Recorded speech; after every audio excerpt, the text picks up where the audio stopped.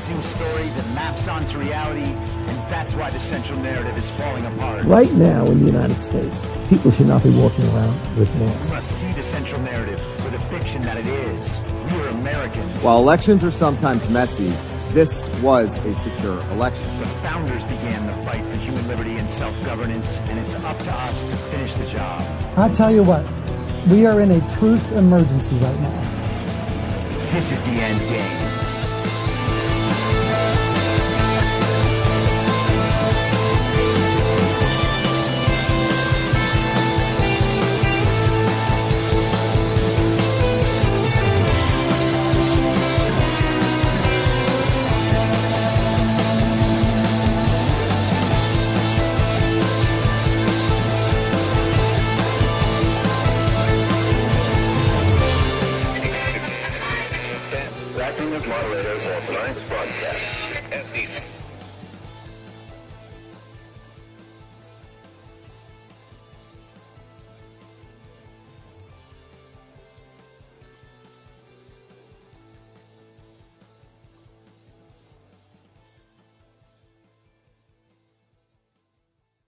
All the people that have gone out there against the mainstream media and said, you're going to call us racist, you're going to call us potential Timothy McVeighs, fuck you. War.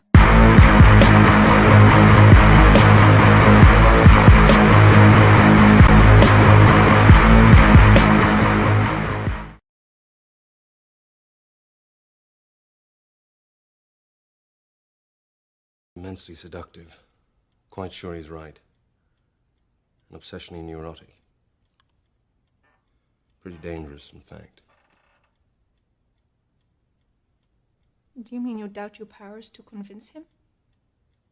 Worse than that. What I'm afraid of is his power to convince me. Let us never tolerate outrageous conspiracy theories. Sweetheart, be reasonable. All right, everybody. It is Wednesday, September 4th, 2024, the 1323rd day of dystopia. I'm your moderator, Chris Paul. Let's be reasonable. Hope everybody's doing well out there in Rumble land. I see questions popping up in the chat. Guys, if you have questions, you're more than welcome to ask them. I will pull up the Substack a little later on and get to those comments in the post for this live stream. That is the place to ask questions. If you guys want to ask questions and you want to hear me discuss certain subjects on the show, that's where you can do it. And I encourage you to, because I enjoy that. And then I don't have to think of things myself to talk about. But thank goodness today, I don't really have to think of too many things because they just started throwing them at me, I should say. As soon as I woke up. Yesterday, we had a very brutal dictator extravaganza. We talked about the funniest of all of the most based dictators. I mean, I gotta say, man, Kim Jong-un is really funny. Xi and Putin are not that funny. Orban is not funny. Mohammed bin Salman could be funny, but doesn't, I think, want to be or whatever. Maybe that's just a cultural thing. But Kim Jong-un and Maduro are hilarious. And the story that they have plotted out with Maduro is amazing. This is the best writing of any narrative that I have seen since this whole thing began. Ukraine at the beginning, so good. The paragliding go-karts thing was insane. That story's just been off the rails though since. So, but the Maduro story in Venezuela, hilarious, 10 out of 10 as far as the writing is concerned. Really, really happy with that. Okay. So here we go. We'll just get right into it with this amazing, very brutal dictator, continuing along yesterday's extravaganza line of thinking. Today, we found out that Nicolas Maduro, this badass mofo, I'm trying not to swear. Shit, I'll never make it. After getting his plane stolen in the Dominican Republic and issuing an arrest warrant for Venezuela's Joe Biden, who his name is Edmundo Gonzalez Urrutia. He was attempting to Trojan horse Maria Corina Machado into Venezuela's presidency. They were going to negotiate their way out of Nicolas Maduro somehow, and they have failed to do that. So today, this morning, he decided to declare that Christmas would start in October. That is bold, cutting edge, forward-looking thinking. Just changes the date of Christmas. Gotta love it. Is Christmas already on the wrong date, guys? Yeah, probably. I sure as heck don't know. But it sounds like it's probably true. It sounds like the sort of thing they would do, co-opt the birth of Jesus Christ and then map that onto their pagan holiday schedule. That sounds like something they would do. Now, I don't know that's true, but it feels true. I mean, Christmas, the way it's presented to us by our culture, is certainly not about the birth of Jesus Christ. It's about spending as much money as possible because it's Christmas and then never mentioning Christmas or the birth of Jesus Christ. So I feel like our culture's telling us, hey, this is not about that Jesus thing. And eventually we're all just celebrating. The Jesus thing goes away. And it turns out, look at that. We're celebrating a pagan holiday. How do they get us to do it again? Gosh, man. They just give us the gun and say, no, if you want to kill us, you have to shoot at your own foot.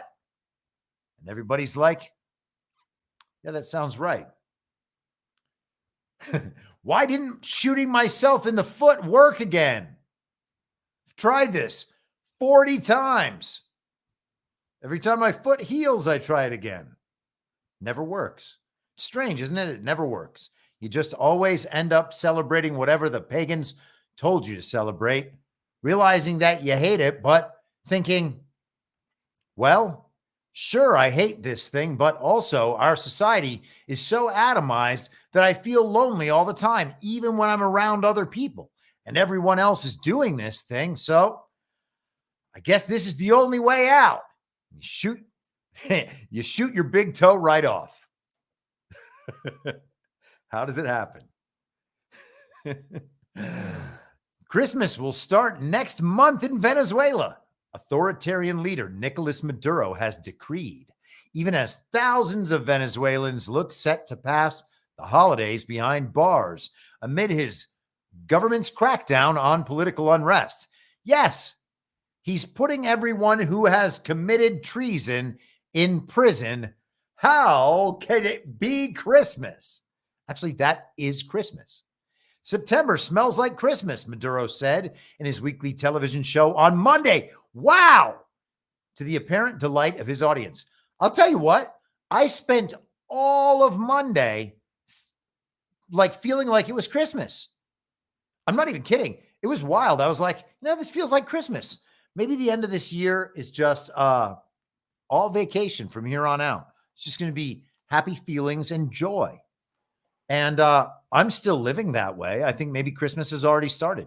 Me and Nicolas Maduro are on a wavelength. I wonder if he's tapping into my phone. And if he is, man, I'll feed you good stuff like this. We'll just keep it going. I mean, you are hot on the trail of world's funniest, very brutal dictator. So anything I can do to help, I would be honored. This year, and to honor you all, to thank you, I am going to decree the beginning of Christmas on October 1st. Christmas arrived for everyone in peace, joy, and security, he said. Well, well, well, I would love for Donald Trump to make an announcement very similar to that. The Christmas season should start early. We'll just celebrate the birth of Jesus Christ for the last 3 months of the year in honor of putting communists in prison. Love it. Maduro's decree, not the first of its kind, but the earliest, comes as Venezuela grapples with the fallout from July's presidential election, which saw Maduro claim a third term despite global skepticism and outcry from the country's opposition movement. Who the hell cares? They're like, we complained and he didn't go along with it. He's going to make us complain about something again. Or maybe we'll just make up a new story about his incompetence or his atrocities. And then we'll get the Human Rights Watch involved and they'll tell everyone he's mean. And then, surely then, he will let us take over his country. But no, he won't. This is the new pattern now. The old pattern doesn't work. You know, I've talked many times on the podcast over the past few months about that book, The Transfer Agreement, I was reading. It's by a Jewish Zionist named Edwin Black. I was reading the third edition, the third printing, and I can imagine that things were edited out over time because I don't see any other reason to keep reprinting it other than editing it and then advertising the edited version as like what everybody must read.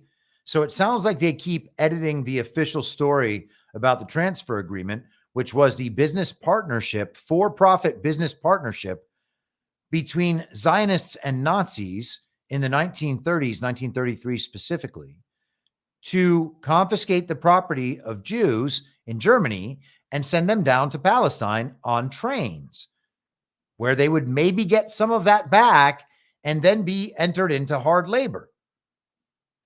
That's what the deal was. It's in the book. And they're saying the justification for all of this is that Jews have always been so oppressed. Therefore, in order to avoid greater oppression, they had to make this deal to oppress Jews themselves in order to take the lands of Palestine and turn it into a global regime proxy state called Israel that allows them to seize the holy lands of all the world's great religions and just hold them forever. So yeah, they go about doing that by applying various kinds of pressure, not only to the Nazi regime, but to companies that signed the deals originally to get them out of the deals. They do it with politicians of countries all across the world, not just in Germany.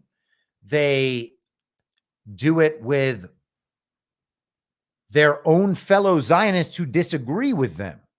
Everything from rumor mongering, stories planted in the newspaper, threats about business, threats about advertising against them to destroy their business, all the way up to assassinations, Zionist on Zionist, all about this deal so that they could get it done this way with these entities for profit to set up Palestine.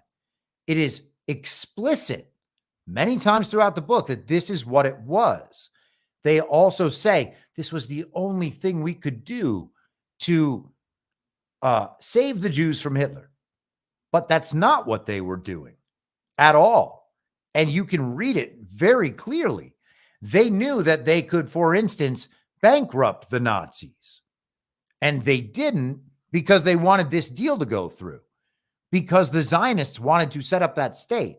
That was the only thing. And the end of the book, it is presented the way they rationalize this. It's sure, the Zionists did all these terrible things, but it was for the good of setting up this state. And now Jews all over the world have a home to call their own. That's what it is. And they think that is what can ultimately save Jews from oppression all over the world, is by their ability to apparently return to Israel when they are, let's say, prosecuted for pedophilia or overthrowing nations. Now, I'm clearly not saying all Jews do that, but the people in charge of all of this program at a global regime level are people who call themselves Jews, but probably are not Jews. So those are the people who they are trying to protect from oppression by getting them back to Israel. It is very, very deranged, and it just happens to be this way. I'm not, again, saying anything bad about Jews or Israelis. The Jewish people and Israeli people, many of them are probably lovely. Many of them are probably not very lovely, same as any other people of any other religion.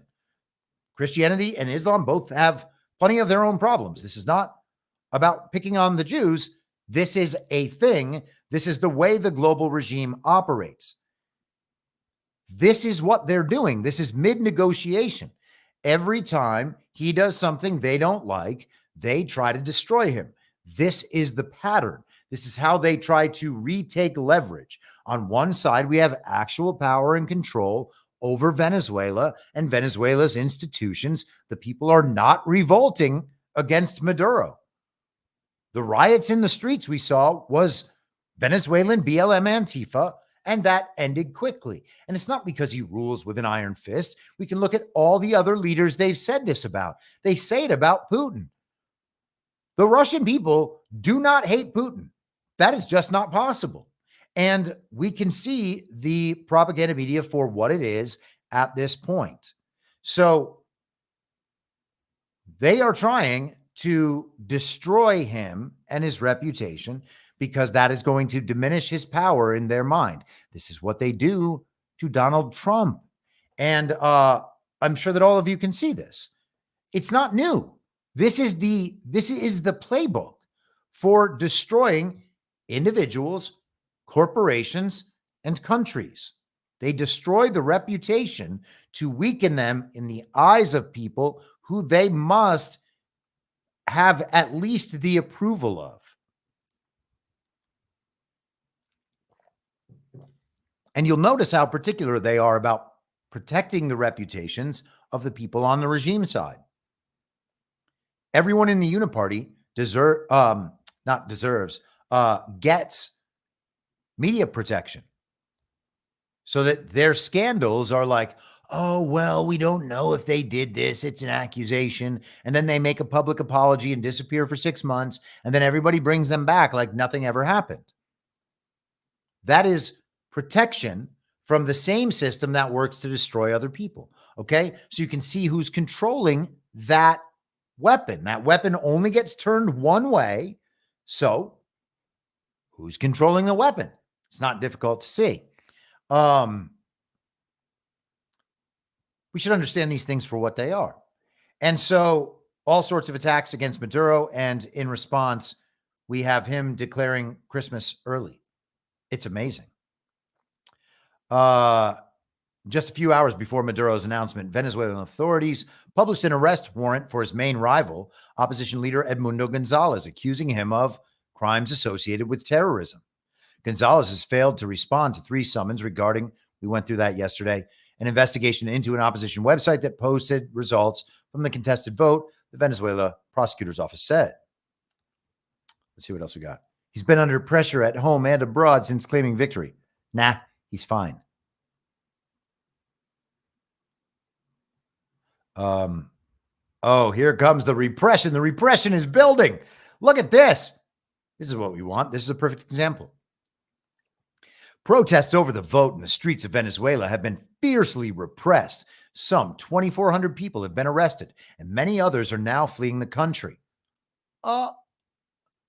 Some are hiding in their homes, telling CNN they are afraid to step foot outside due to intimidation by government supporters.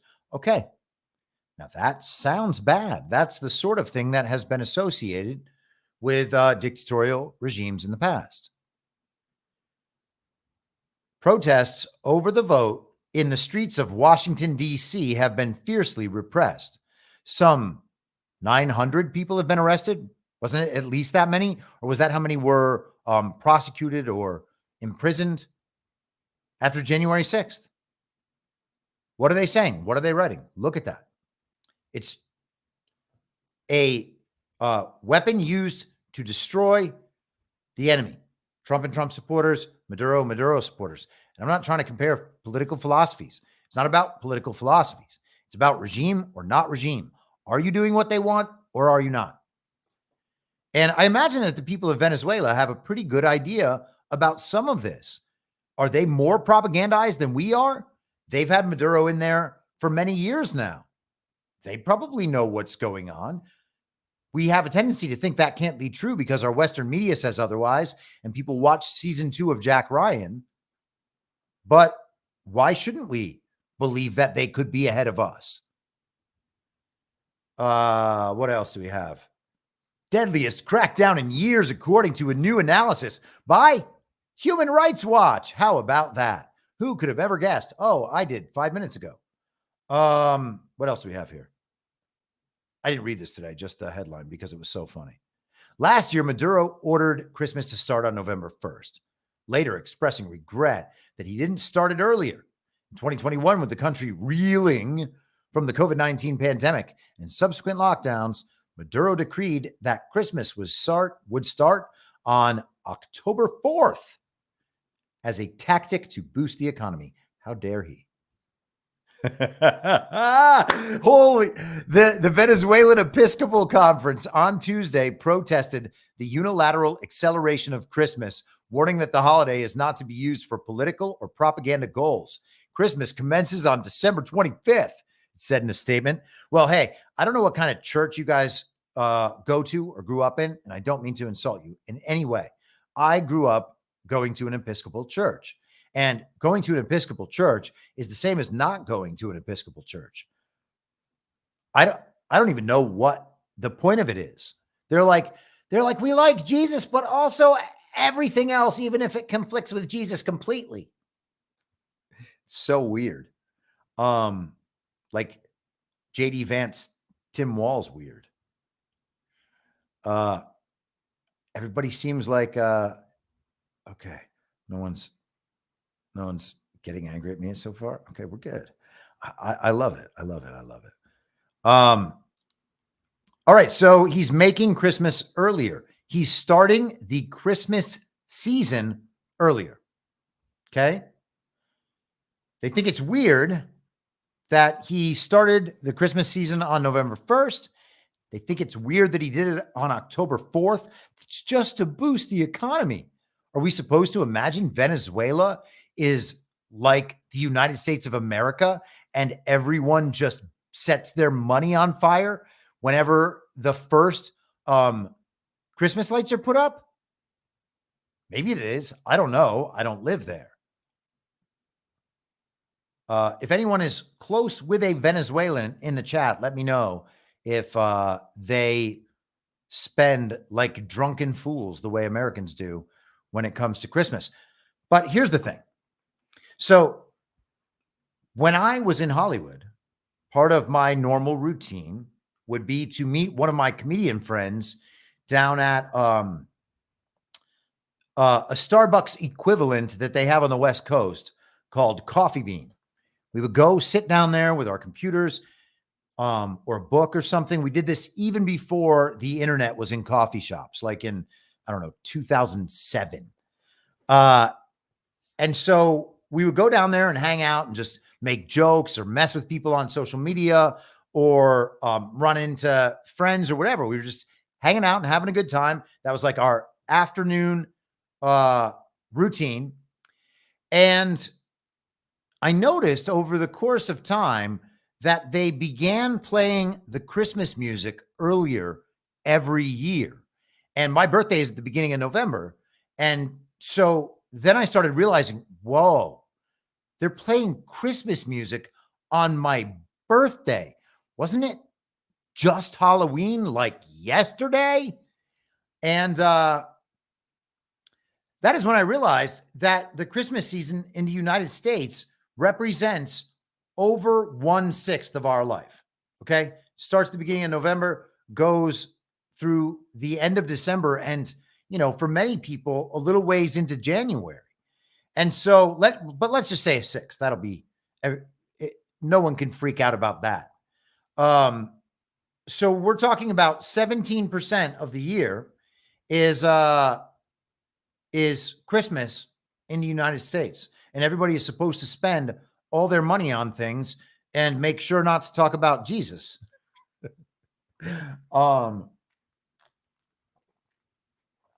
So they're mad at Nicolas Maduro making policies that do the same thing they do through global regime aligned corporations.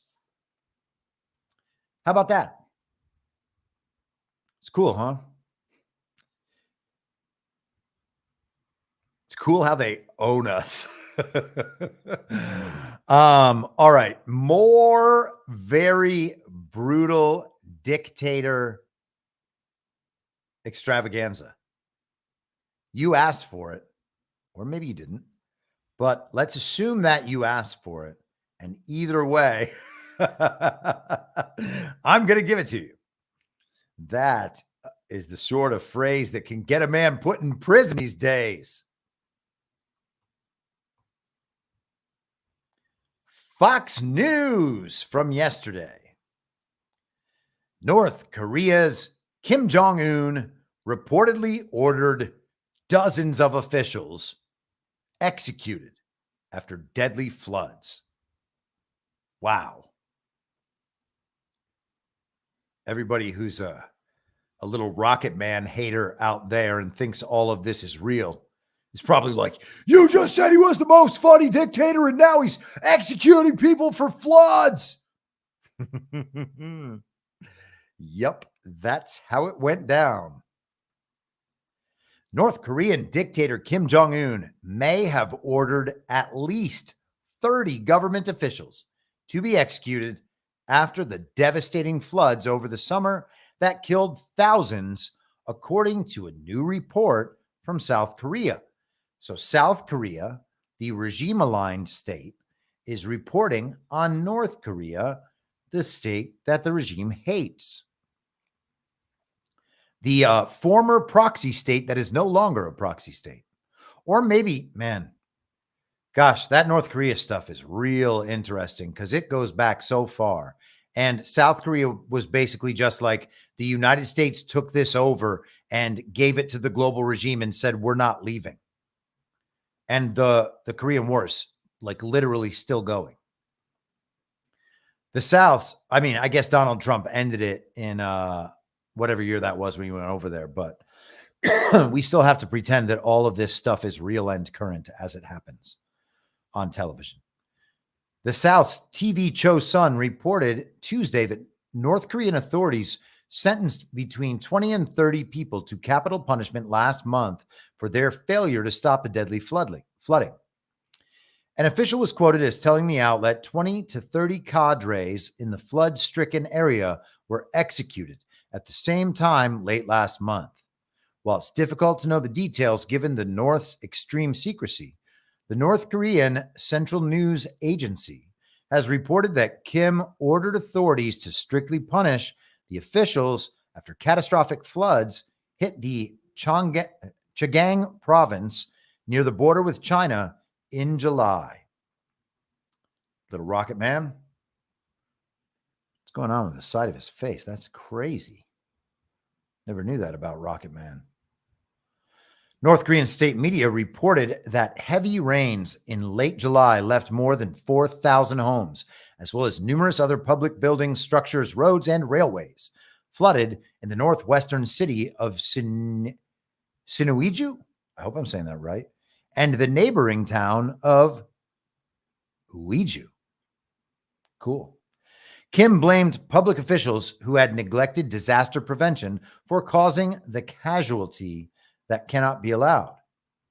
The North has rebuffed offers of aid from China, Russia, and even South Korea, with whom tensions remain at all-time highs. And you really have to wonder about those offers.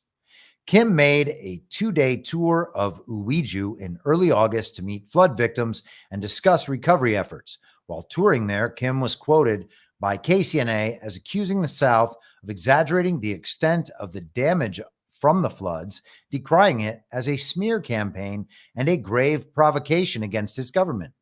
Well, how about that? That last paragraph exactly mirrors the idea I was just talking about in regard to the transfer agreement and the media effort in the 1930s in Germany and around the world, and the media effort against all of these very brutal dictators and authoritarians and autocrats and all the things that they call Donald Trump. You got to understand it's the same thing. Doesn't matter if the media tells you that guy is a communist, just doesn't matter.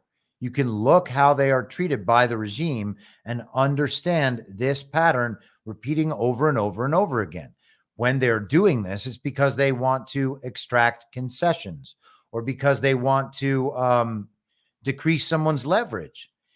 And eventually all of it proves not to be true. And now the leaders just don't even bother pretending or going along with it.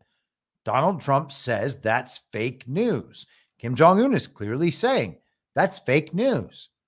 This was a smear campaign by global regime media coming out of South Korea. And the 30 people who were responsible for the flooding are going to be executed. That'll really take care of the problem of people attempting to create quote unquote natural disasters to make the regime look good and have their staged event seem totally real and natural so that they get the consequences and the results they want. They want to affect the outcomes, the desired outcomes. And that's how they do it. And we're going to see stuff like that in the USA. I hope it's not an actual deadly event that kills American citizens, but I wouldn't be the least bit surprised if, whoops, this electrical error caused the dam to just open up. You could totally see that happening. I wouldn't be surprised if if the regime hits an area between a military base and a small town with a missile and say that it's Russia or China. That wouldn't surprise me in the least. And I hope none of these things are deadly. But if any of them happen, the solution is definitely not to assume that the TV wouldn't lie about this thing. And, oh my God, did you see that missile strike in Utah? And I'll be like, that was fake. And they'll be like, how can you say that? Well, it's because every other event like that is fake. I'm not saying that nothing happened. I'm saying that what you are being told and what you believe right now is not true. You believe a fake story about an event that may or may not be real. And they like it even better when the events aren't real because it takes so much less effort. If they can convince somebody, Dave from X22 talks about this all the time. It's one of the best things that he talks about. The invisible crisis. A virus is invisible. Nobody can see it. People have symptoms of something, so they accept that it's the virus, but they could have been poisoned in any number of ways. Who knows? Cyber attacks, they can say anyone did a cyber attack. The internet is everywhere. It works between everywhere, and it can be launched from anywhere. So what does the country of origin matter in a cyber attack? What matters is the good twin, evil twin dynamic. These are the sorts of things that they're going to go after and try to sell because they might work. They need a scare event to get everybody back on the same page. So there's that part. Clearly, the leverage play didn't work. Kim's not backing down. He doesn't care. He's ready to execute traitors.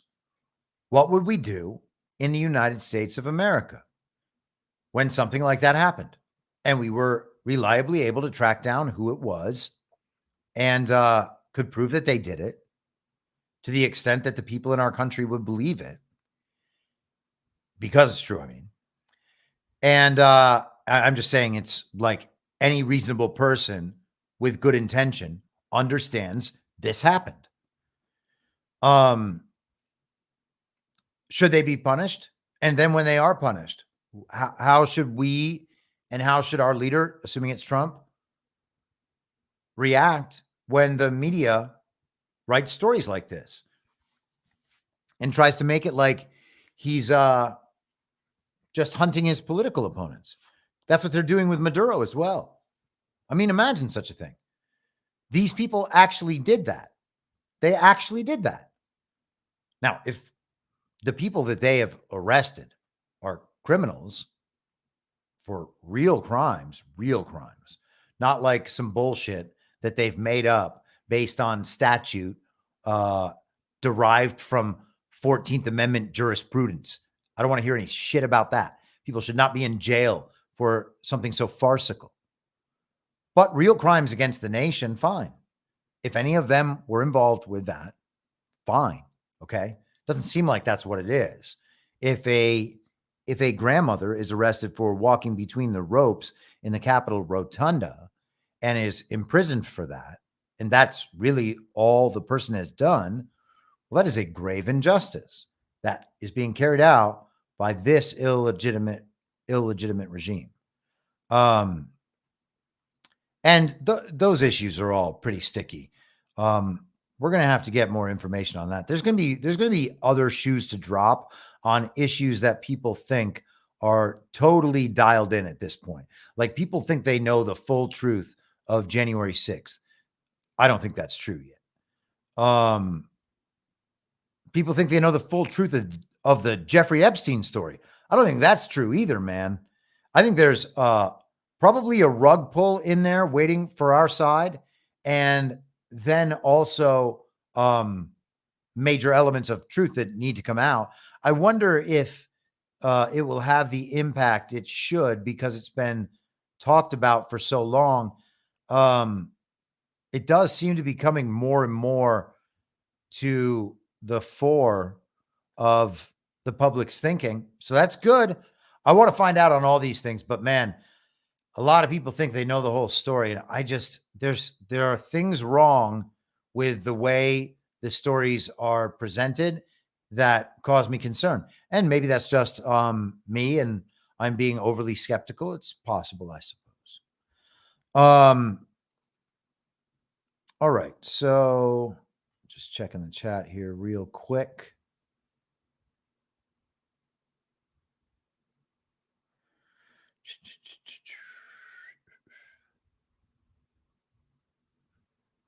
Okay. I'm going to head on over to, let me see what kind of time we have here. I might do one more story, but I'm going to see how many comments are in, how many questions are in the comments on the Substack.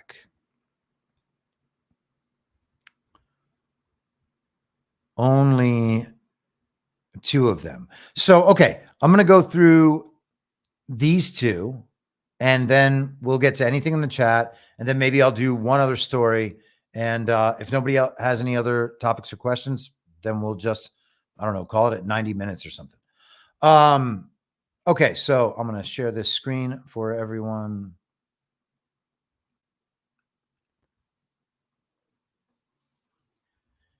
Benjamin Blizzard asks,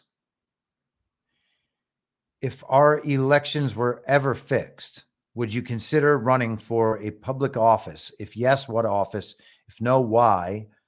I think if we had more people in office that think like you, the world would be a better place. Well, I thank you for that. That is a very kind thing to say.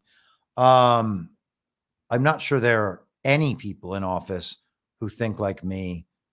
Maybe Donald Trump. I can be hopeful that there are more, and that they are being restricted in their speech and action in some way, and are somehow just part of this charade.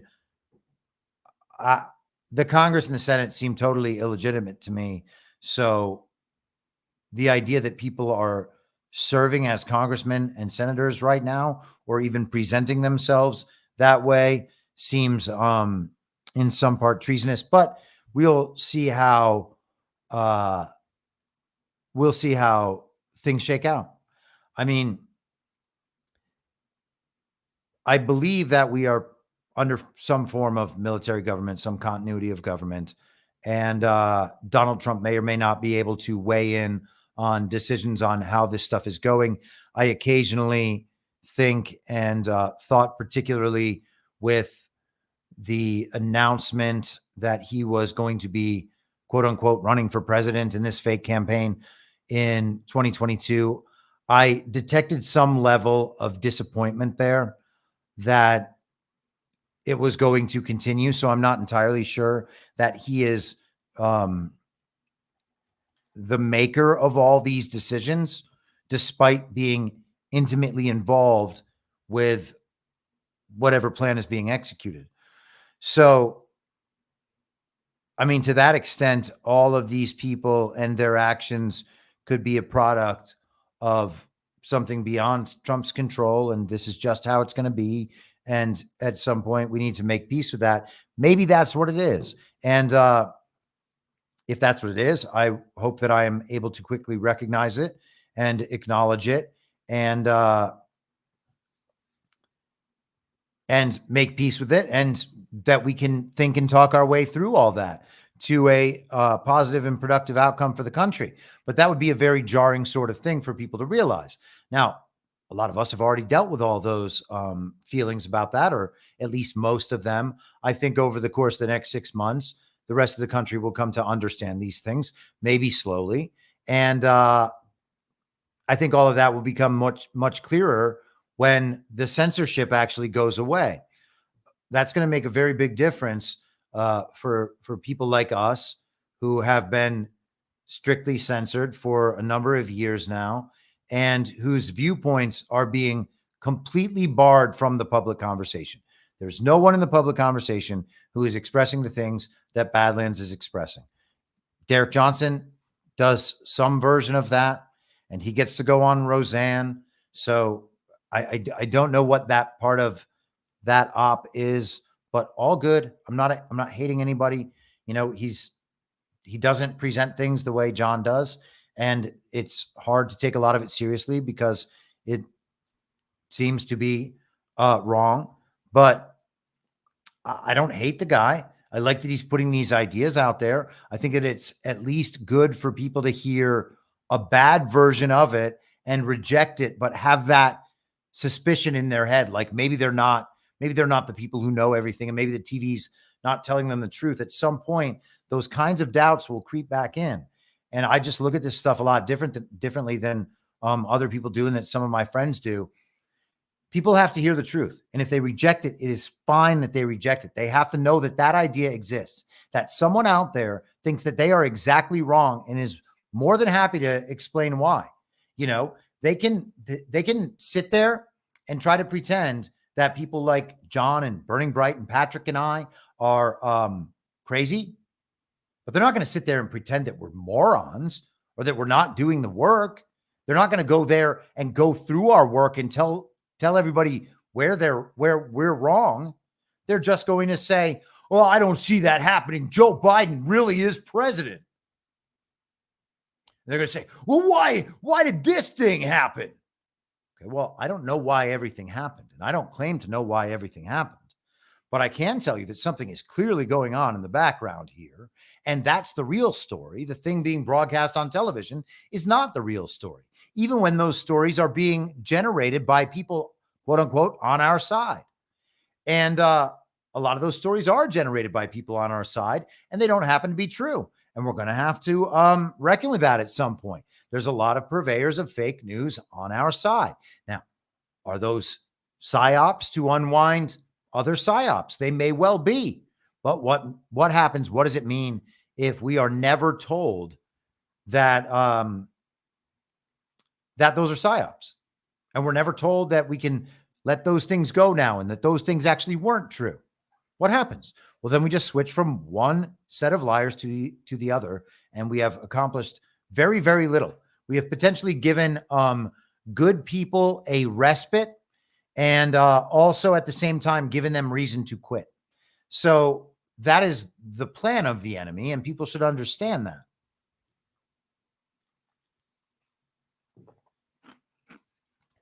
Just as Trump, sorry, I'm chewing ice. Just as Trump is always mid-negotiation, the enemy is mid-negotiation as well. Okay? Their defeat, initially at least, will not be just total defeat. They've already been defeated. Okay? You can see that with the emergence of the multipolar world. Their plan has failed. Their system has failed. It's not failing. It has failed. It does not work. It did not work. Every time they try it, it backfires because they are evil communists and liars. Okay? It can never work. The party of false decorum at the very top will always destroy itself.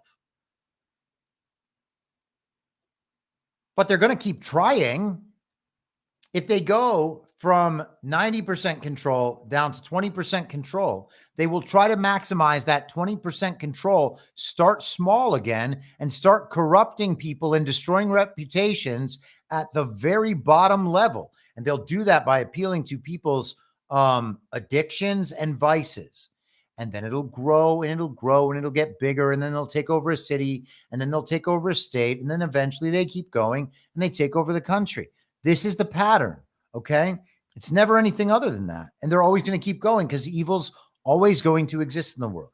There is no world that exists with no evil. There is a world with very little evil because we have lots of safeguards in place. And it doesn't mean a system of mass control. It means that the incentives are balanced in a way that the crime is harshly punished, undesirable because people have their needs taken care of based on the lack of exploitation, okay?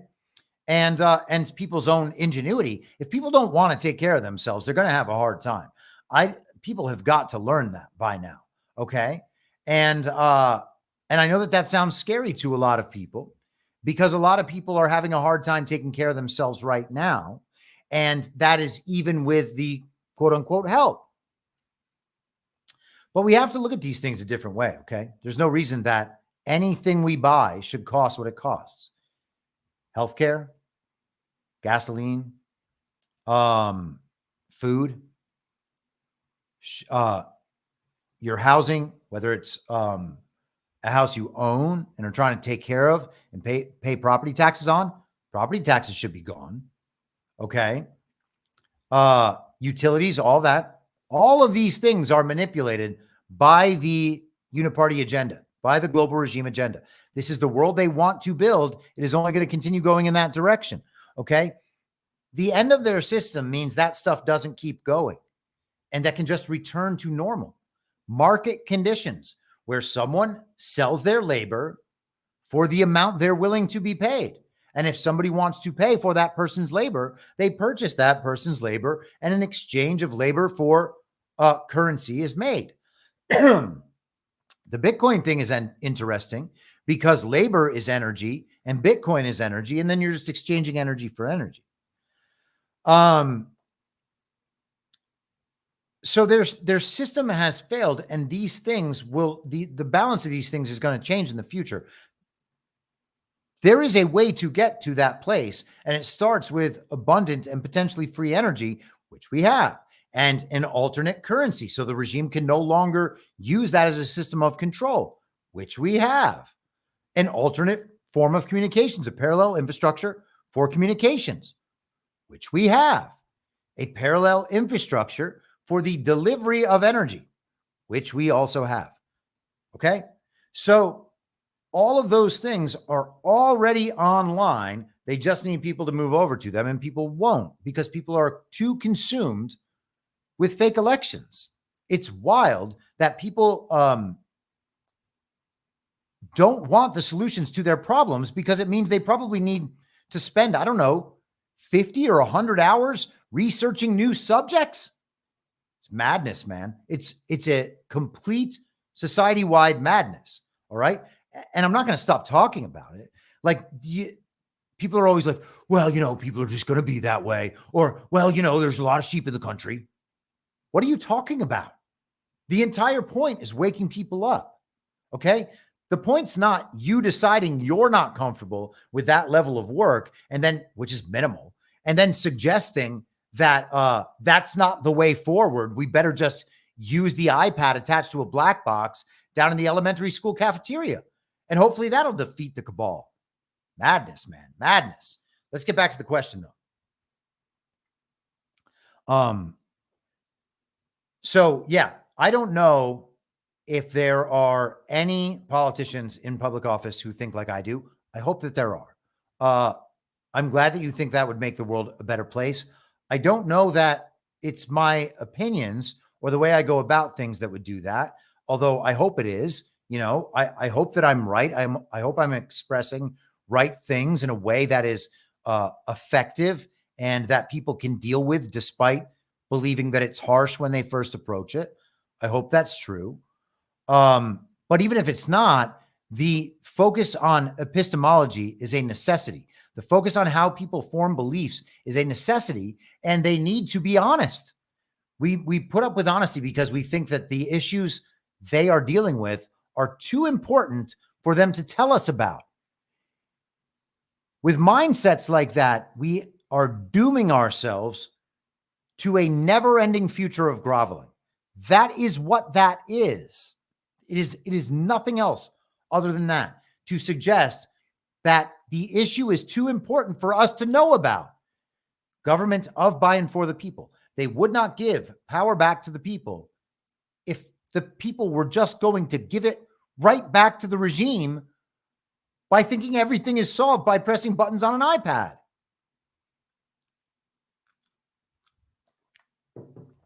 Okay, so would I consider running for office if elections were fixed? Yes, I would. There was a time last year where I strongly considered going back to Los Angeles specifically to run for Adam Schiff's congressional seat. And I could not bring myself to do it because the elections are not fixed. All right. The elections are fake. Why would you go and burn your a lot of people's money and your reputation down to involve yourself in a smear and slander campaign about elections and then start screaming in the wind about how your election was stolen? I think that this approach is the right one and better. You got to understand, I am more than happy to serve the country in whatever role is necessary. I mean, within reason, obviously. I mean, you know what? If the president asked me to serve a role, I would figure it out and do it, even if I didn't want to do it. But I would rather not do many certain things. But people don't understand. I love Los Angeles. Los Angeles has been destroyed by communists and Satanists. Okay. Los Angeles has been destroyed by the party of false decorum. And I would be happy to fight that battle. But my life took a different direction. I would go back there if it was worth it. I've said many times, my dream job is to be press secretary in the next Trump administration. That would be absolutely hilarious. And as far as running for office in an election, sure. In the future, sure. That's fine.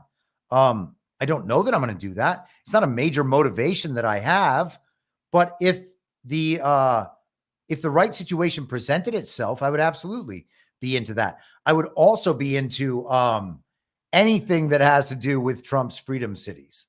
I would love to be involved in that, man, because I've grown up in a very tiny town. I went to college in a small city. My tiny town was outside a small city. I have lived in two towns that were, I don't know, 10,000 to 20,000 population in and around those towns. So I'm familiar with that. And then I've lived in Los Angeles, New York, and Austin, Texas. So I feel like I know what different kinds of people need for their environments. And I worked in nightlife and hospitality and did celebrity relations for 15 years. So I don't know. I feel like that's kind of something that I might be good at. And I think that would be fun. But that's a really fun question. But yes, I of course absolutely would. But again, not my goal. I'm totally down with my life never going in that direction.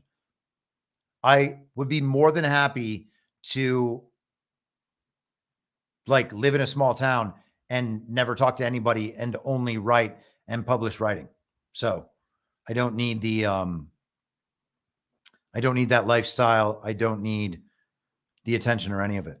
And I don't desire most of it either. Carla asks or says, the villagers' pace car is allowing them to understand a bit more on election fraud. And she links a video on Twitter. So we're going to go over there and check that out. This is from, oh God, this is from Fisher King 64 on X, formerly Twitter.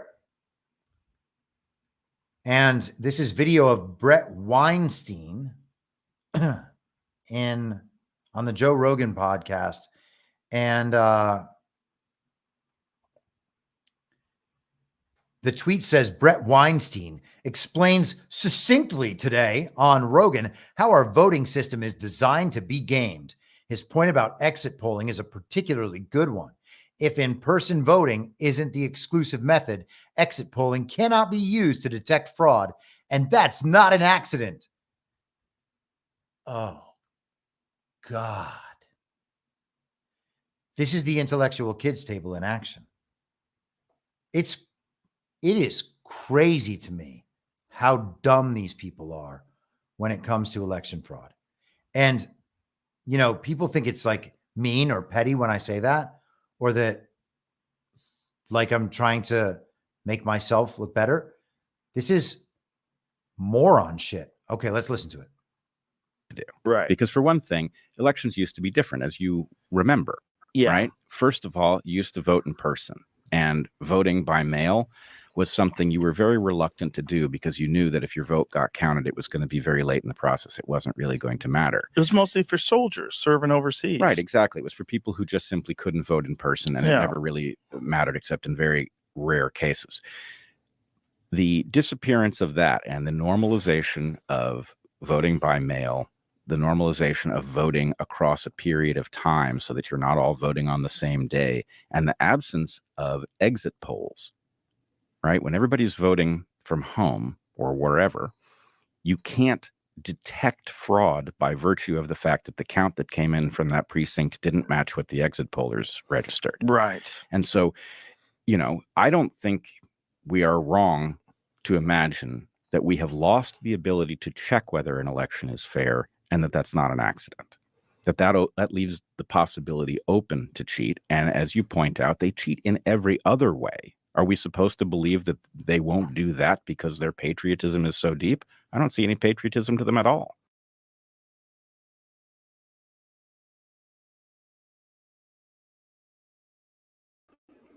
Well, okay. That was even dumber than I thought when I started that video. That is mind-blowingly retarded. That is, it's not good enough to say that is years behind. It is years behind. That doesn't even make sense. These people just still believe that the votes are counted correctly and that the people voting are eligible to vote and that the ballots are real and lawful and cast by Americans. It is incredible. And when people tell me that this is going to wake up the normies, I say this is why there are still normies. We do not have to be in this place in 2024. Now, if they're going for maximum narrative effect when they pull the rug on November 5th, and it's gonna be a rug. Okay, but I don't understand why that's good or desirable or even moral. These issues could have been resolved through honest communication over the course of the last 4 years, and people chose not to do that Maybe it's because they hired these guys and they plotted out this whole narrative, and it turns out the public's ahead of that. Well, if that's the case, then the narrative plotting and the scheduling didn't quite work, because if the public's ahead, now we can see that this is an op and that these people are all either lying or severely retarded. And that's bad. Okay. So, man, that is mind-blowing. These are, by the way, the very serious intellectuals. That is Brett Weinstein. His brother is Eric Weinstein. Eric Weinstein was the guy who was clips of an interview of his from Monday were being sent around all over the place. Look how smart this guy is. Eric Weinstein is the closest advisor of Peter Thiel, who owns JD Vance, or at least owned JD Vance. I guess I don't know right now what's up with that. These people think our elections are real, totally real, and that there's just mistakes here or there. There's cheating. Good Lord, man. September 4th, 2024. And this is as far as these people can get. And I posted about this earlier, actually, in regards to believing these people who are censored. They chose their platform and their the continuance of their hundreds of thousands, if not $1 million a week income that they are making doing this info op, or just being popular as influencers. They chose that stuff over telling the truth. The platform said, you're not allowed to say this. And without even challenging the platforms, they said, okay. And then anytime they would get anywhere close to that line, the platform would smack them back and say, hey, we agreed that you weren't going to say this. Now you're saying it. You're going to get in trouble if you keep saying it. And they say, okay, sir, I grovel, I grovel. And they just keep saying it. So this is what we get if we continue to grovel. If you want the same media heroes that you used to have, keep these people in their positions as prominent figures in American culture. That way we can stay there forever. Tucker Carlson had, gosh, I can't remember his last name, Daryl Cooper, Martyr Made on Twitter, who I think is an interesting guy. And he's clearly just extraordinarily well studied in history and has put some extensive thought into it. But I don't think he's put the whole picture together. And he's also extremely black-pilled. I've seen, I followed him on Twitter while I was on Twitter. And he doesn't believe anything else is going on behind the scenes. So he is a guy that I think by nature is kind of based, and he knows a hell of a lot of shit, but he's still a normie, man. I really am shocked. And there's now a big controversy because he said that Winston Churchill was not a hero in World War II. Winston Churchill is probably one of the most evil villains who has ever existed. And everyone just pretends it's not true because they have written a falsified history of World War II. And you don't have to support Nazis to understand that. It's ridiculous. Read Empire of the City, which was written in the 1930s, I think. Maybe it was even earlier than that. I think it was 1934. Let me look it up so I can make sure that I'm being accurate here. Year of publication. 1944. So there is a great description. You know what? Let me see if maybe I can find it quick. Actually, you know what? I'm going to pull up this PDF because people only asked 2 questions today. So now I'm just, going to do my own thing. Yeah. I mean, Brain Stranigan said, wait, you, Chris, don't make $1 million a week. What are you doing wrong? Well, apparently I'm talking about all the things that get you censored But that's surprisingly not where the money is. Who would have ever guessed it? I love when people try to say that we are sellouts. I haven't even paid back the debt I compiled in 2020 by virtue of being thrown out of my career by Gavin Newsom. The idea that like we're selling out by talking about devolution. Crazy. Okay, so let's go to Empire of the City. Actually, let me make sure, because this PDF, so sometimes with PDFs now, they're like AI readings. Like the AI will scan the page of a picture of the book and it'll smash letters together and stuff.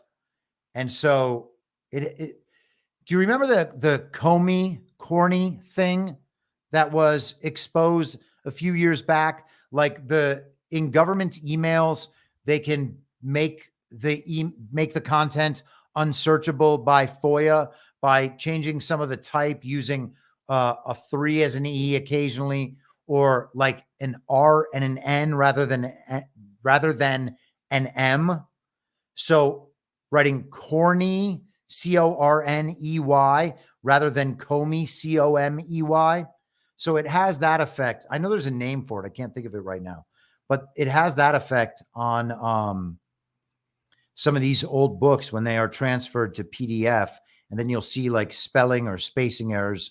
It's a little strange. So Churchill, let's go to Churchill. That's what we were looking for. I want to find. So as I often do,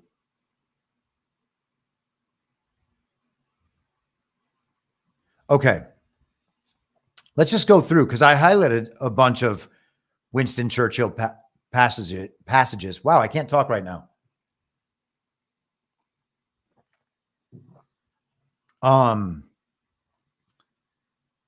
So let's have a look at some of these passages. I'll pull this up. So this is the Empire of the City from 1944. And I suppose I probably owe you who the author is.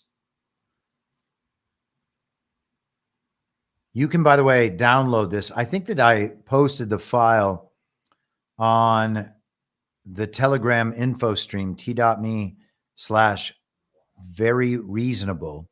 And so you can search Empire of the City there, and I think you'll be able to find a download. You can also just find it all over online. The book is written by a man named E.C. Knuth, Knuth. So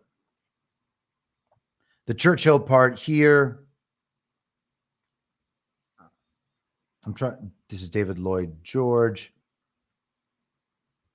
So it's talking about the Rothschilds and international finance. David Lloyd George says, you've heard a good deal of talk here probably about the exportation of capital abroad. There's no way in which we make the foreigner pay more.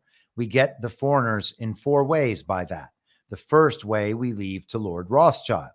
It should be clear that this immense predominance in the business of the world and of the sea was not just due to a little British luck, that the control of the port facilities of the world, the British Navigation Acts, and other methods of restriction of the commerce of nations backed by a fleet able to make them stick was a potent factor. This predominance over the trade of the world is the life and the reason for the British Empire, and Mr. Churchill is on record that there will be no change, quote, incompatible with the status quo of the British Empire. That's quite clear. Where are we here? So that's Churchill there. Did I miss a Churchill mention here? Oh, there it is. Winston Churchill, conservative heir to the principles and methods of the greatest of empire builders and greatest of conservatives, Benjamin Disraeli, stoutly affirms those principles and those methods of his illustrious predecessor. Mr. Gladstone started. I was tenaciously opposed by the governor and the deputy governor of the bank who had seats in parliament, and I had the city for an antagonist on almost every occasion. And they're talking about, of course, the city of London, the seat of international finance. That is the crown. When you talk about the crown, it is not the British royalty. It is the international bankers in the city of London. Skipping a few pages down from there. Actually, I want to get to a specific part if I can find it.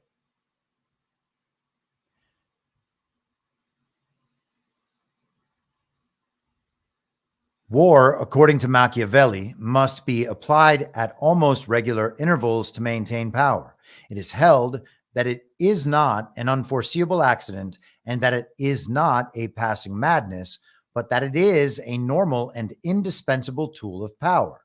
It must be applied promptly and ruthlessly to be effective in its function of maintaining and extending power. The infinite danger of the present position of the United States in its relations with the all-pervading power and presumption of the allied dynasties and empires of finance appears from the dogmatic assertion of David Lloyd George in his Better Times. The international trade of the world is ours.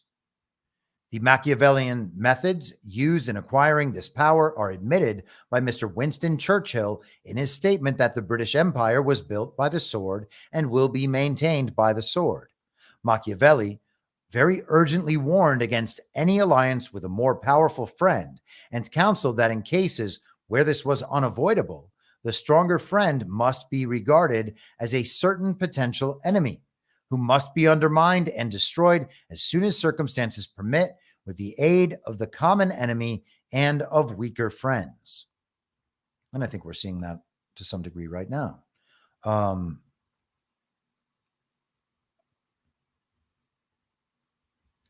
Where is David Lloyd George said, Britain is the slave of an international financial bloc. Quoted words written by Lloyd Bryce, that democracy has no more persistent or insidious foe than the money power. Pointed out, Mr. Winston Churchill is one of the supporters of international finance and stated questions regarding the Bank of England and its conduct and its objects are not allowed by the speaker. So Winston Churchill extends wars on behalf of the British Crown, and he did exactly that after World War I and during World War II. And Daryl Cooper went through that on his episode with Tucker Carlson. And for that, the DeSantis, Simpson, and others, Con Inc. is getting very, very mad because that is, to them, anti-Semitic. You're not allowed to question Winston Churchill's role in World War II, or you are anti-Semitic. Why? Oh, because he was doing the bidding of international finance and Lord Rothschild. And that comes back to people who call themselves Jews, but probably are not, at least not by any lineage that would make one Jewish, who just so happen to come from Ukraine, the seat of the Khazarian Empire in that region of the world. And how about this? Check this out. This absolutely blew my mind today. Someone I know personally sent me, they were in a vintage bookshop looking at collectible stamps, like old stamps. And the person at the bookshop, the worker or the owner, I'm not sure, whoever it is, she's been to this place before, so has a rapport with this lady. She was like showing her all the new stamps that had just come in, and there were 5 stamps there were 5 Adolf Hitler stamps. Look at this.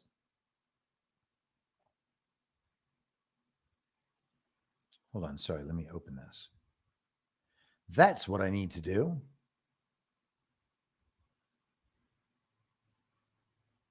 How about that? What does it say? Deutsches Reich. Ukraine. Look at that. Ukraine. Right there on Adolf Hitler's picture. How does it happen? We were told that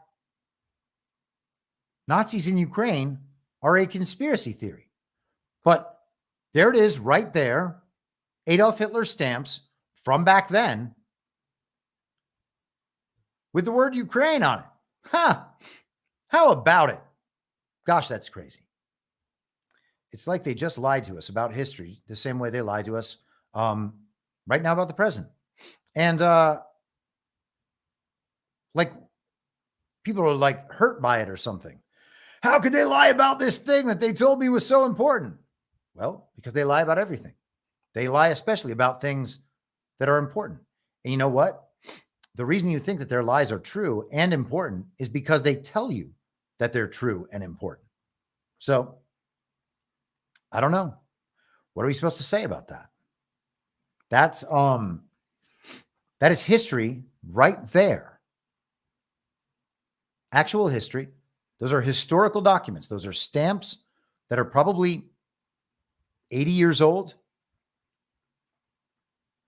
But I mean, to be fair, Ukraine has had a very strong Nazi presence for the entire time since.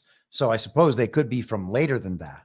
But yeah, those are genuine collectible stamps with Adolf Hitler's picture and the word Ukraine.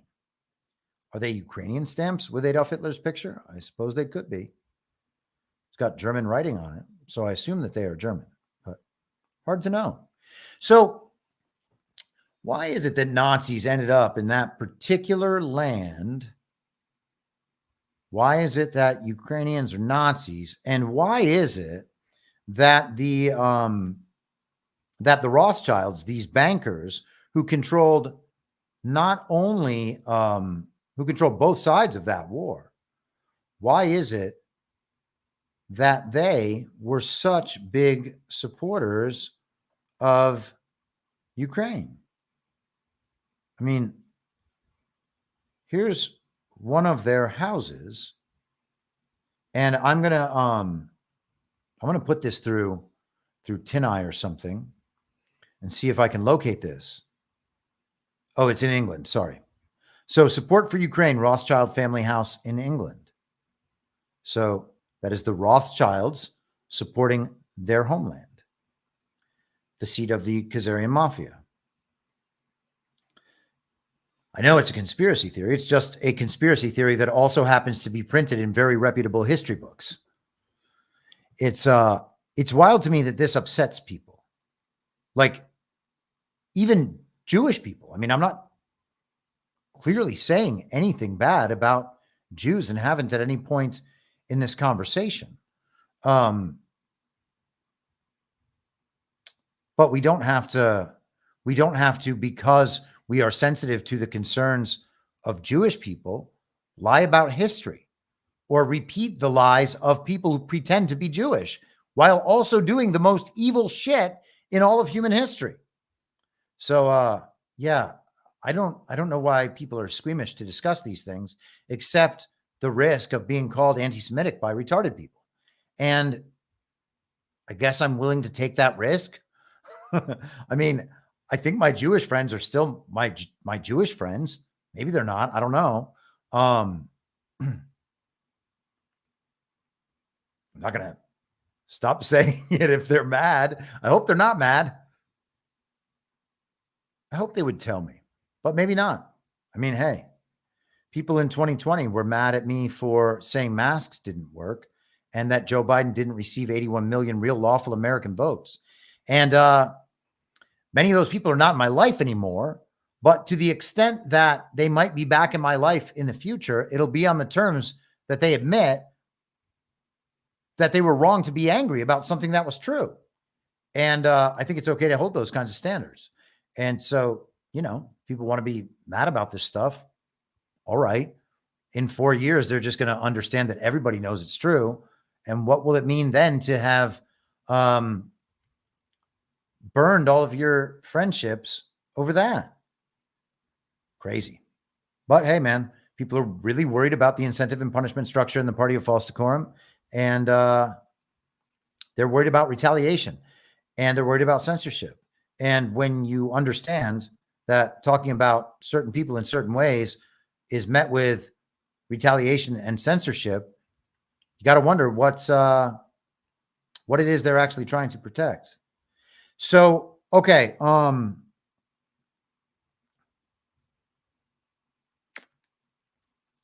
Tweeter Trash says, why is NATO the Fourth Reich, and why are our 4 a.m. talking points approved by NATO headquarters by 10 a.m. their time daily?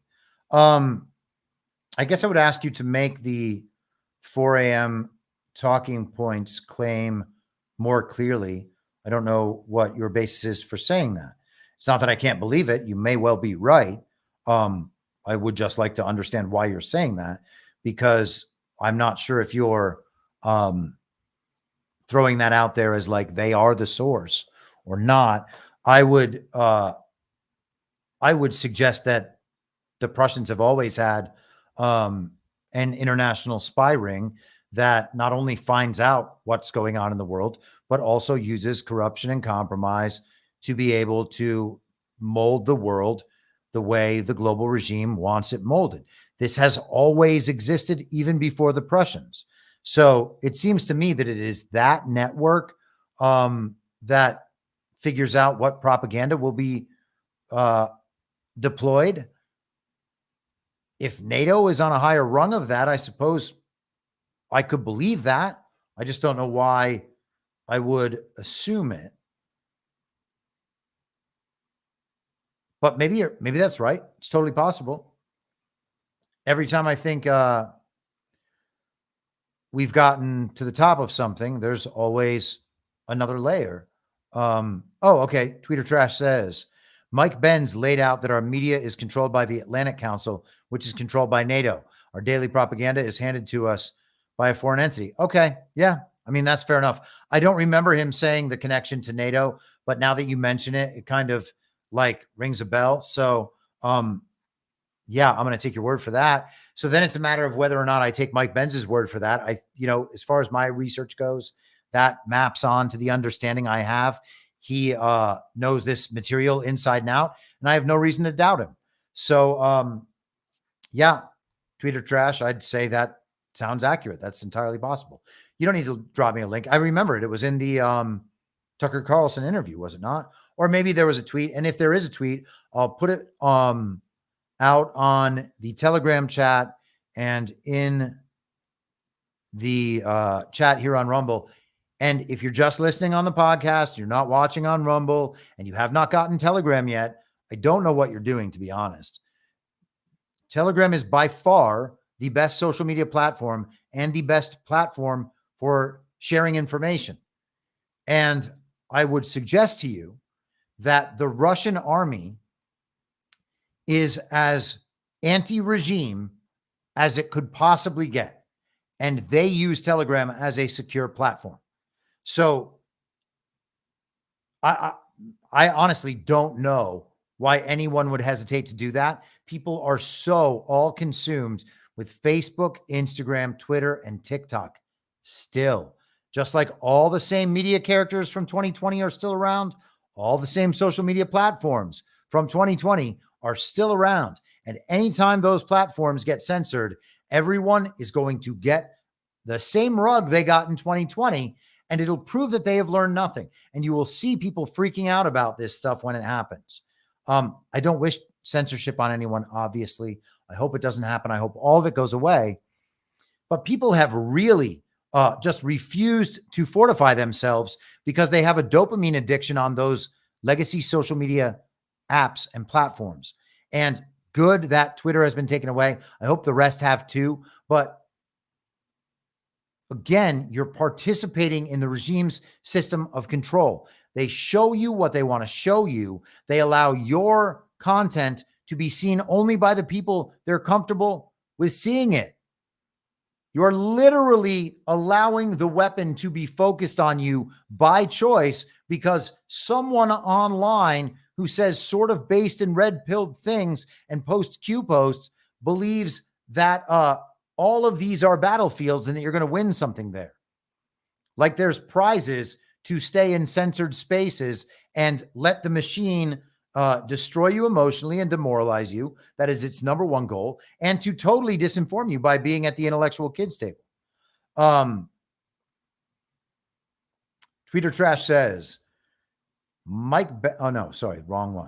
one. Benz laid everything out on social media, showing an Atlantic Council video.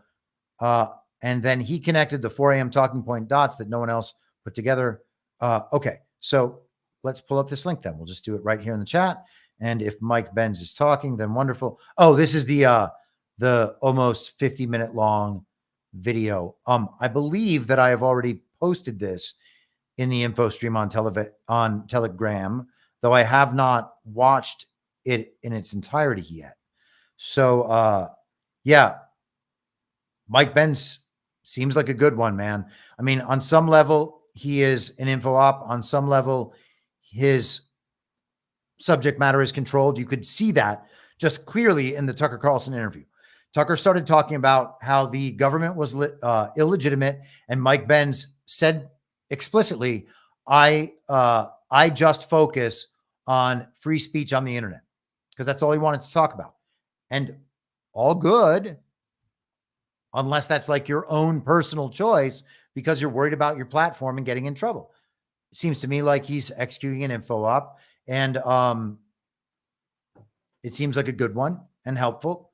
So I hope that it is. I give him the benefit of the doubt, and I guess we'll find out later what the ultimate truth of that is. Mike Benz, if he is to be believed, has been doing Truth Community adjacent research, Q research, I think, for 6 or 7 years.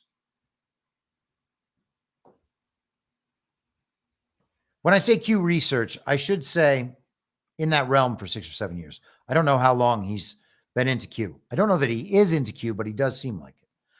He seems highly informed on that subject matter, and it seems like he has done a ton of the research on his own. Yeah, I find him reliable. What else do we have here? Twitter Trash highly recommends this video.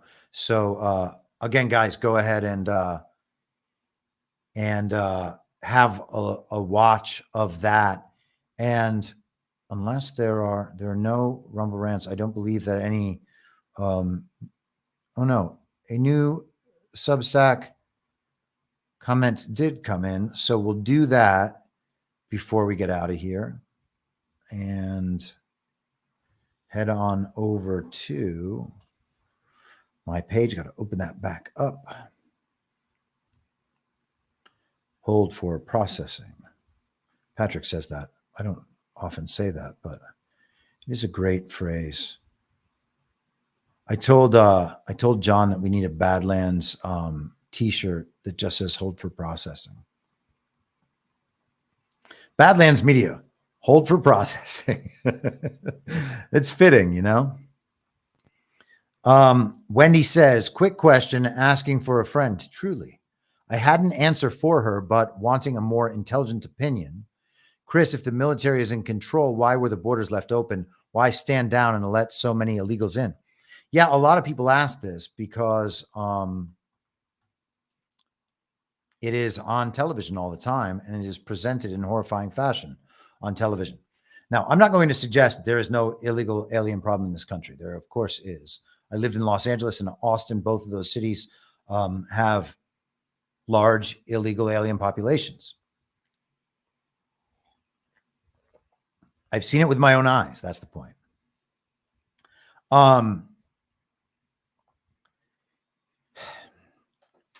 It is possible that that problem was put to a large degree under control in the first Donald Trump term.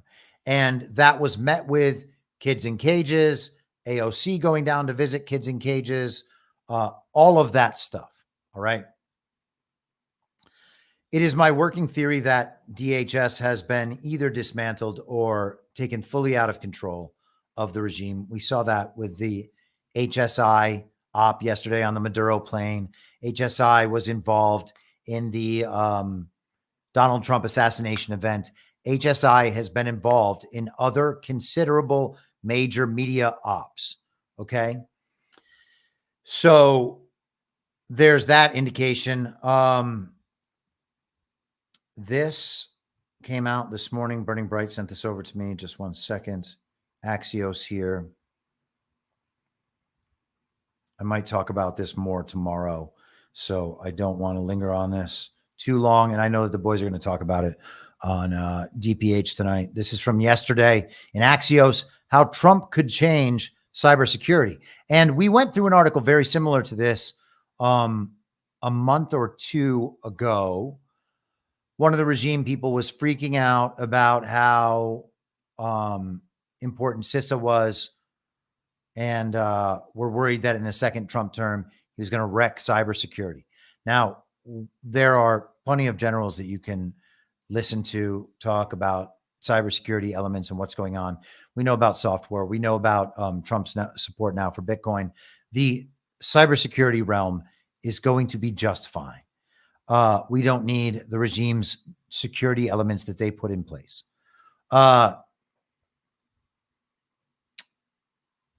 me see in this article. Here we go. Okay.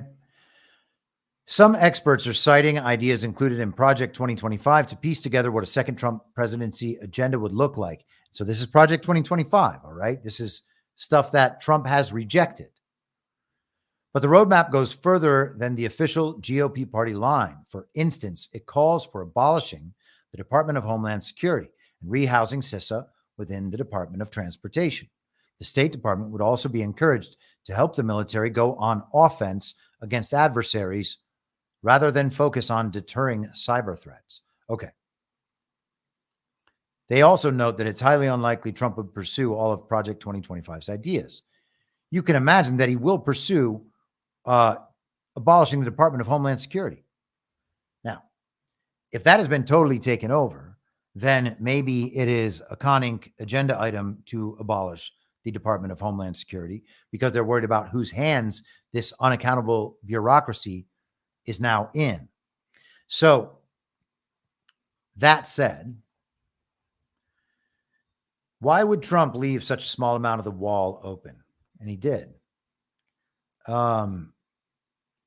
That's a question that needs to be answered. It's answerable in the framing I'm talking about, where, and this can apply broadly, by the way, and I think it's becoming more obvious to people, especially when you hear about things like abolishing DHS. When we hear about how TikTok has been divested and then sold to a Steve Mnuchin linked group, or a group linked to people who are also investors in Truth Social, you should know that TikTok, all of that stuff happened in 2020 when Trump said it was happening. And then we were told, oh, the court stopped it. Okay. You know, convincing your friend is not going to work this way because your friend's not going to understand any of this. And that's unfortunate. But here's the thing. I actually posted about this earlier, and your friend is the perfect person for to understand through this framing and to understand why you're not going to be able to argue this person out of these things in any of these ways. There is not an answer to that question that can both be true and work for your friend. Your friend will reject the truth as your friend rejects all sorts of truths. Okay. It's impossible for them to understand that the TV is completely lying about this thing that everyone is talking about now and that they know has existed at some point. The Russia-Ukraine thing could all be historical events being broadcast as a current war, and is very likely that. And it makes no difference to people. They are consuming all the information every day that comes out of whatever intelligence agency they choose to listen to, and that becomes people's reality. I said on Truth Social and elsewhere, joking, making the joke, putting these words in the mouths of the quote unquote smartest people on the internet, people like Brett and Eric Weinstein, or people like your friend. You've proven your case, but you have not replaced my wrong belief with the right one. And therefore, I am forced to defend the wrong one and act as though it is right. Right? So we can tell people all sorts of things are fake, and we can prove to them that things are fake. We can prove to them that the media is now reporting something that they ignored for years, even though it has been happening for years. It is only now a big issue because it is being exploited as an information operation. And they're not going to understand that. And that's fine. All right. I guess we're not at that point yet. And it's because people won't tell the truth. It's because people want to amend their answers to the things that their friends know, right? You want to be able to tell your friend why the things on Fox News are true and it's okay because XYZ. Well, you got to start with, you have no idea whether the things on Fox are true. It doesn't matter who's telling you those things. Doesn't matter if there's people on the ground reporting them. Patrick and I, in our Hindsight 2020 show, over the course of the past few weeks, have played video after video of all of the info ops in 2020, the Kyle Rittenhouse thing, various protests, all that Summer of Love stuff. And they're all filmed by the same guy, BG on the Scene, who is at all sorts of events all across the country still. Democrat, Republican, convention, riot, doesn't matter. BG on the Scene, BG on the Scene. Sooner or later, you got to understand that there are staged events that are planned and narratives set up around them, and then organic elements add themselves. And sometimes those organic elements are out of control and do bad things. At no point does that make the event real, okay? There's been a problem with Venezuelan immigrants in Colorado. Venezuelan immigrants have been going into Colorado for years. And they do that because there's all sorts of work for them in Colorado. And they're not even shy about it. It's in the mountain towns, as it said in that article I read, I guess it was yesterday. These are the richest globalists on the planet, taking up all of that land and then employing illegal aliens to work for them. So the illegal aliens go there. And where illegal aliens of a particular ethnicity are sent, more will be sent that way. Like in Minneapolis, they're basically opening up like little Somalia. And in Portland, Maine, I think it was people from, I want to say Congo, but I don't remember. There was a big New York Times piece about it a couple of years back that I covered at length on the show. So what we're seeing now, the problem now is that Venezuelan gangs are doing all this. The Venezuelan gangs, all these people who are fleeing the country from Nicolas Maduro. So we've got the Maduro thing. We've got the Venezuelan gangs in Colorado. We've got Maduro fighting Elon. We've got Maduro, an arrest warrant for his regime puppet opponent. Maduro getting his plane stolen. Maduro declaring an early Christmas. It's all part of the same information operation. It's designed to make you believe things. Now, again, back to your question. Is there an immigration problem right now ongoing? There may well be, but the government statistics do not have to be true in any way. The things we are shown on television do not have to be true in any way. Are any of us going down to the border? I haven't heard too many people going down to the border to check it out. Maybe that's in my future. Maybe that'll be worth my time. I don't know. I can believe that they are still getting illegal aliens into the country. The devolution plan does not require that Donald Trump is in charge of absolutely everything and nothing bad will happen. And people are going to have to get their heads around this. Okay. There is no state of being where nothing bad happens and that nothing goes wrong and that the most evil people in the world are not occasionally able to create advantages for themselves. That is a part of life. These people do not have the option of saying, okay, I get that everything on television is wrong, but until you answer the question that concerns me in a way that I accept, I'm going to go ahead and pretend that everything on television is right. That is what they are doing. It doesn't make sense. And the problem is that they think all their based and red-pilled influencers on Twitter and on television are telling them the truth and would never lie. And they all basically just repost and regurgitate the same content with the same opinions about everything. Okay? And they can't break out of that. What do you mean all of this is not true? Well, I can't explain to you why all of it is not true in 2 minutes and get you to believe that it's all not true. But they keep lying about absolutely everything, no matter how important it is. They lie to us about what's going to happen in the future based on all this stuff they're telling us now. They lie to us right now and tell us and show us fake news all the time. And they lie to us about all our history too. So you can be pretty sure they're lying no matter how important things are. Also, you've been wrong about everything. You've gone on for the last 4 years pretending that Joe Biden received 81 million real lawful American votes. And when you are asked about it, you say, oh, well, gosh, I know that there were some problems with it. I think it was rigged due to the censorship of the Hunter Biden laptop story. I think it was rigged due to Robert Epstein's work on Google manipulating their search results. Or I think it was rigged due to mail-in balloting or ballot harvesting or any of these other things. No, it's stolen. It's totally stolen. It was stolen the whole time. You don't have any excuse to make for why you groveled before a fake president. There's never any excuse for that. And why you turned your eyes away from the stolen election. You did it because you were told it was the big lie and you were going to get in trouble. There is no other excuse available, which is why they pretend to make all of these different solutions, these little half measures, thinking that they'll be okay. They're on the right side of things now. No, they're not. Okay. So I'm sorry, but your friend has been wrong about everything, and they are not in position to prosecute the case against this point of view. They are also not in a position in any way to substantiate what they've been shown on television. So it's going to be a matter of whether or not your friend can accept that they are wrong about everything and that they should be in a learning process rather than a questioning the people who know more than them process. All right. And it's not to say don't ask questions because you're curious, but that question in particular is not a question of curiosity. It's a question of, I refuse to believe you and I want to negate what you're saying. So I'm going to do it in this way. And they've had all sorts of things. They did the same thing with the vaccines, blaming the vaccines on Trump.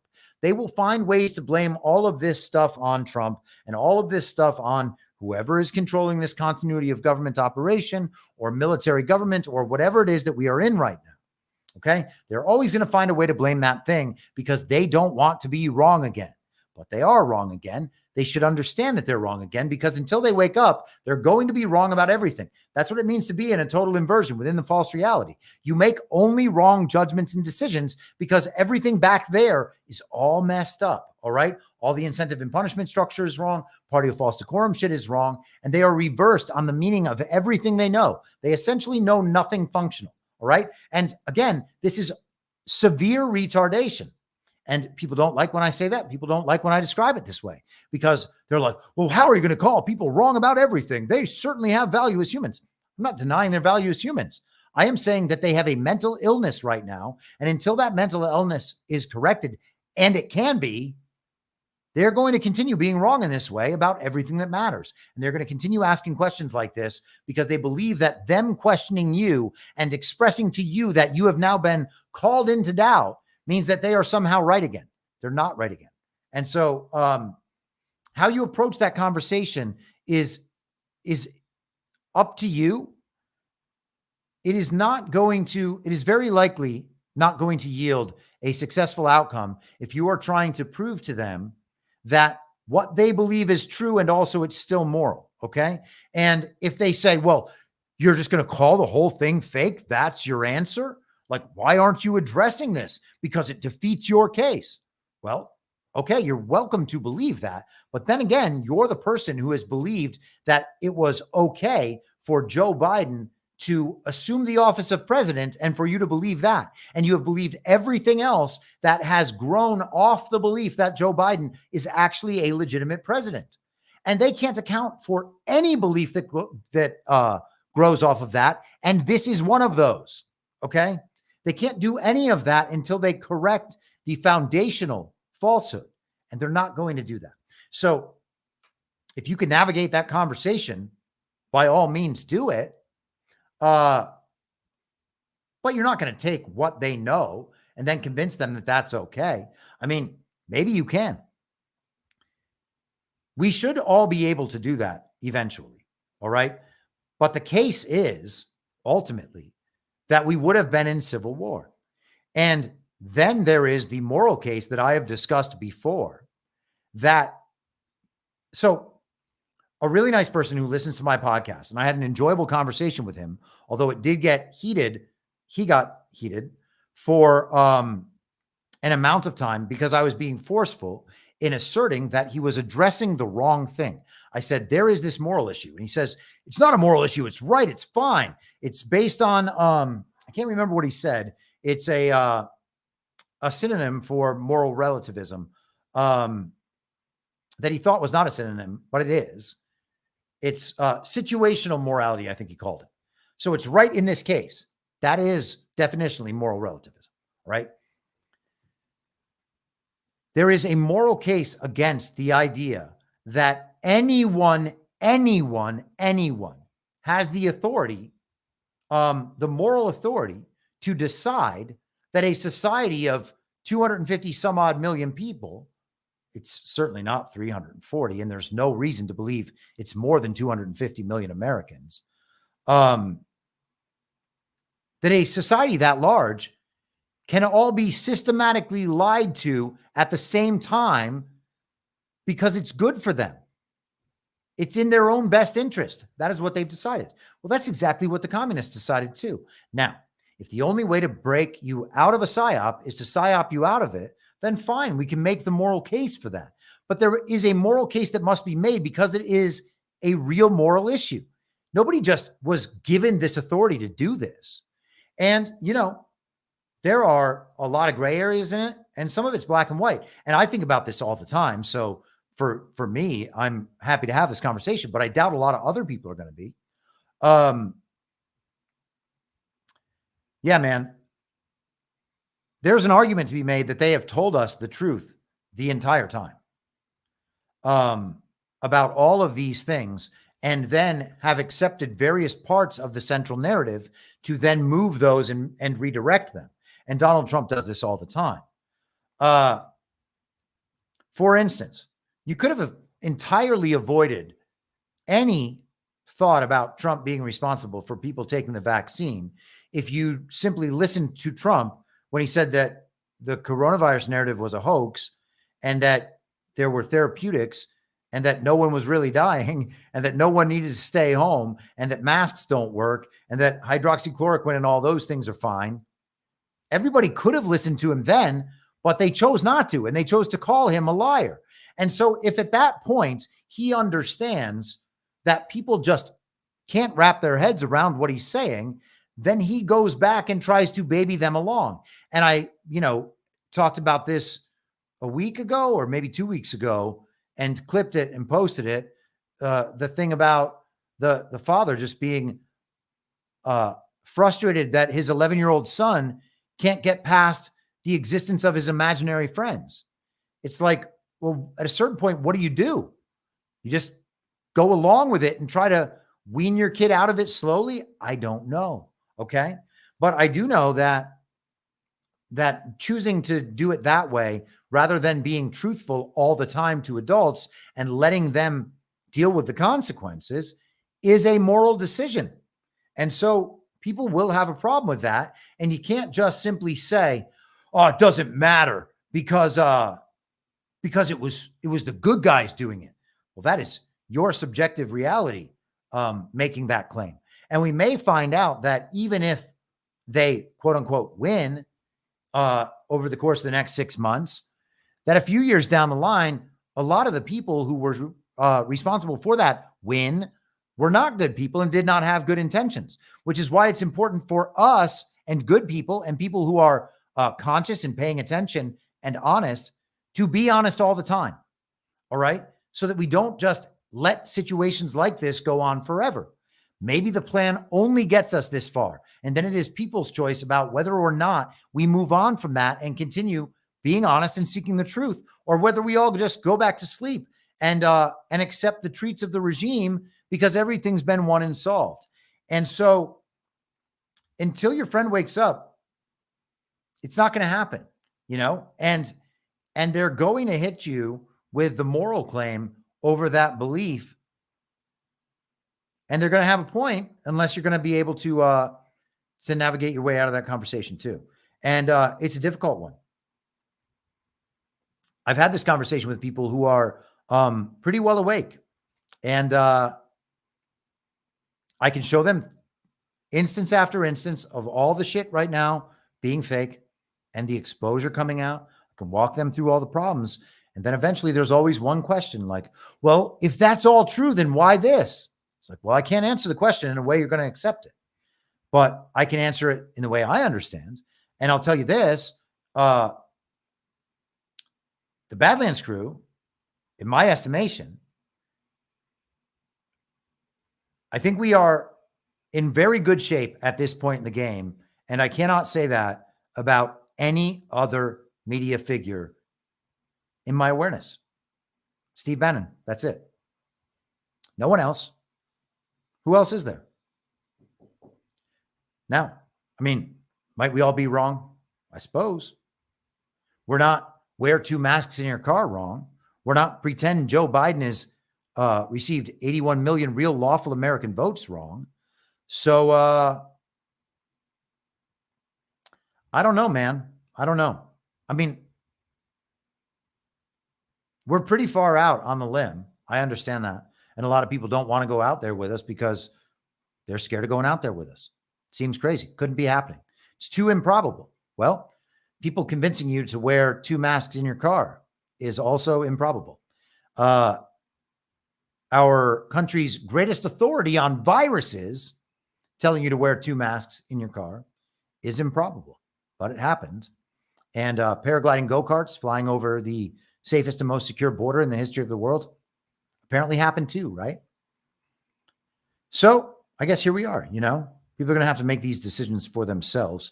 At some point, this is one of the things that was most frustrating for me in 2020 as my life was changing in extraordinary ways.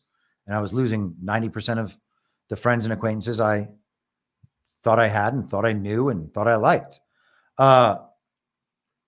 At some point, people are going to have to determine that it makes more sense to listen to the people closest to them in life than it does to listen to the television.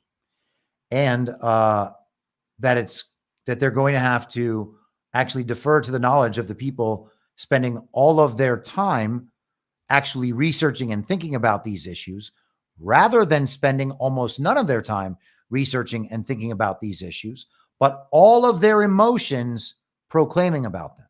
Okay.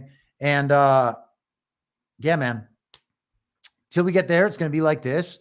And it calls for patience if the people are close to you, of course, but at the same time, you remain honest. And if they call you crazy, then let them call you crazy. Let them think you're crazy. It doesn't matter if they think you're crazy for years. If you are right, you are going to be right way ahead of them. It is always better to be right than to be wrong. It is always better to be right as early as possible and to be wrong for as short a time as possible. In some of the most wealthy people in the world have become wealthy by being right about things first, thinking of ideas first. It is the most valuable thing maybe in the world. Well-reasoned, correct information ahead of everyone else.